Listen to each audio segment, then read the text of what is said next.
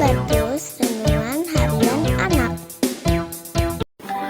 Selamat pagi adik-adik semua, dimanapun kalian berada. Puji Tuhan, kita bertemu kembali dalam Renungan Habatus Hidupku bagi Kristus. Mari sebelum kita akan sama-sama membaca sebagian firman Tuhan dan sama-sama kita belajar firman Tuhan, kita berdoa terlebih dahulu memohon pimpinan Tuhan. Mari kita berdoa. Bapa dalam surga, kami ucap syukur atas kasih karunia Tuhan dalam sepanjang kehidupan kami. Tuhan, sebentar kami akan sama-sama belajar firman Tuhan.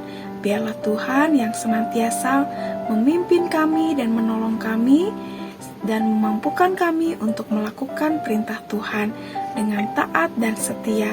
Terima kasih Tuhan, hanya di dalam nama Tuhan Yesus kami mengucap syukur dan berdoa.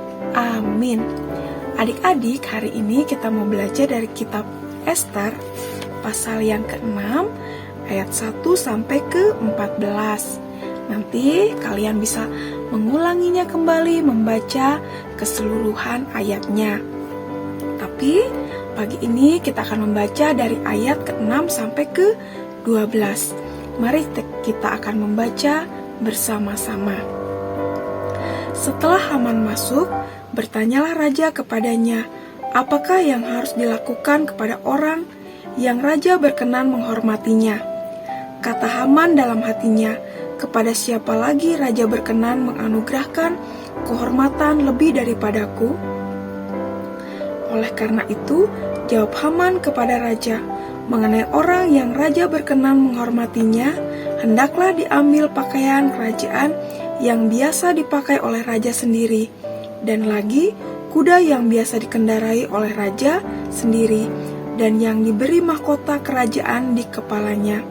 Dan hendaklah diserahkan pakaian dan kuda itu ke tangan seorang dari antara para pembesar raja, orang-orang bangsawan, lalu hendaklah pakaian itu dikenakan kepada orang yang raja berkenan menghormatinya.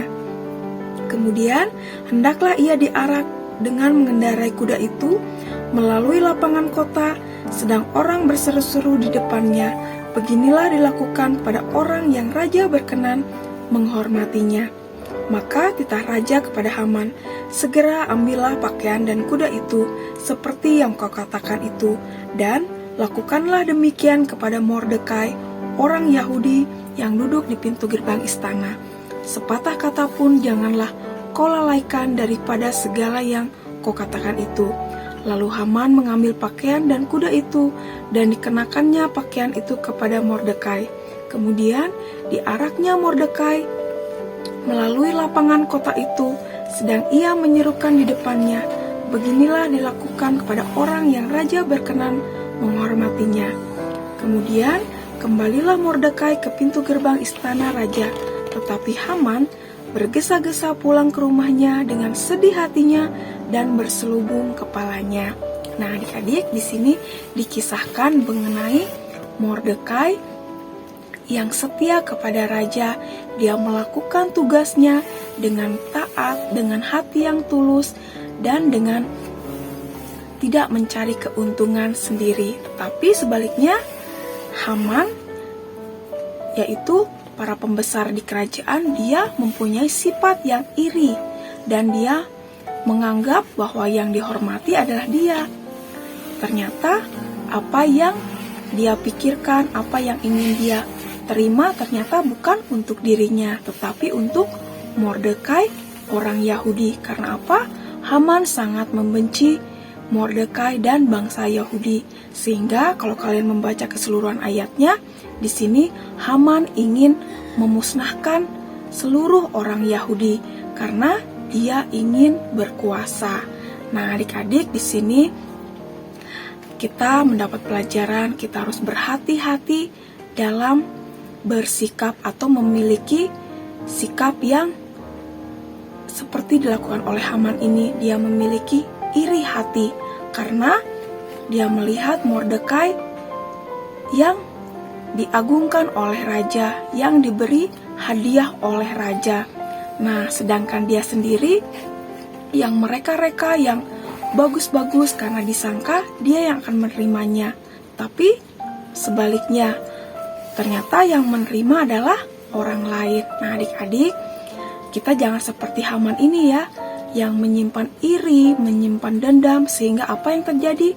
Malah dia mendapat hal-hal yang sebaliknya. Apa yang dia pikirkan, apa yang dia harapkan, ternyata malah sebaliknya yang terjadi.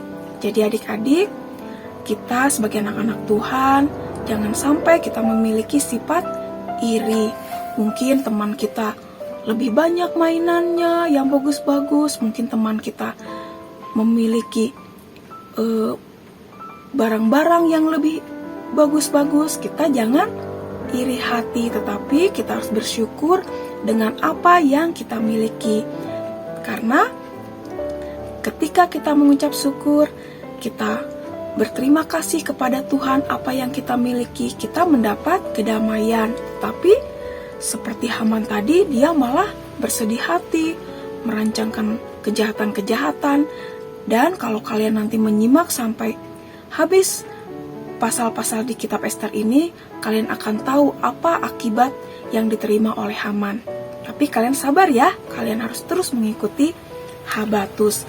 Jadi adik-adik, seperti contoh halnya api, ketika api itu kecil, seperti lilin, itu akan aman-aman saja. Tetapi ketika api itu menjadi besar, membakar, menghanguskan, akan mengakibatkan permasalahan yang besar. Jadi seperti halnya kemarahan, seperti halnya iri hati, itu seperti api.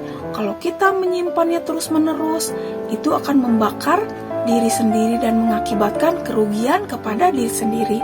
Jadi adik-adik, sebagai anak-anak Tuhan yang baik, jangan menyimpan kemarahan ataupun iri hati, karena itu adalah hal-hal yang tidak berkenan di hati Tuhan.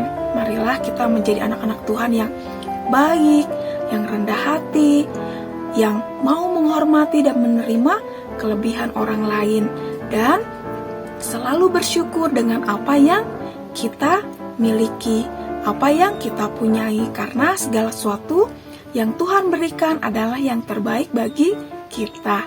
Amin. Mari kita berdoa. Terima kasih Tuhan untuk firman yang boleh kami pelajari pagi ini. Tuhan, ajar kami untuk tidak menjadi anak yang iri ataupun selalu menyimpan kemarahan, tapi ajari kami Tuhan untuk mampu mengendalikan emosi kami, kehidupan kami, supaya hidup kami hidup yang berkenan di hati Tuhan, yang taat dan setia kepada perintah Tuhan. Terima kasih Tuhan, kami serahkan hidup kami ke dalam pimpinan Tuhan. Hanya di dalam nama Tuhan Yesus, kami mengucap syukur dan berdoa. Amin. Sampai jumpa adik-adik di renungan Habatus selanjutnya. Tuhan Yesus memberkati.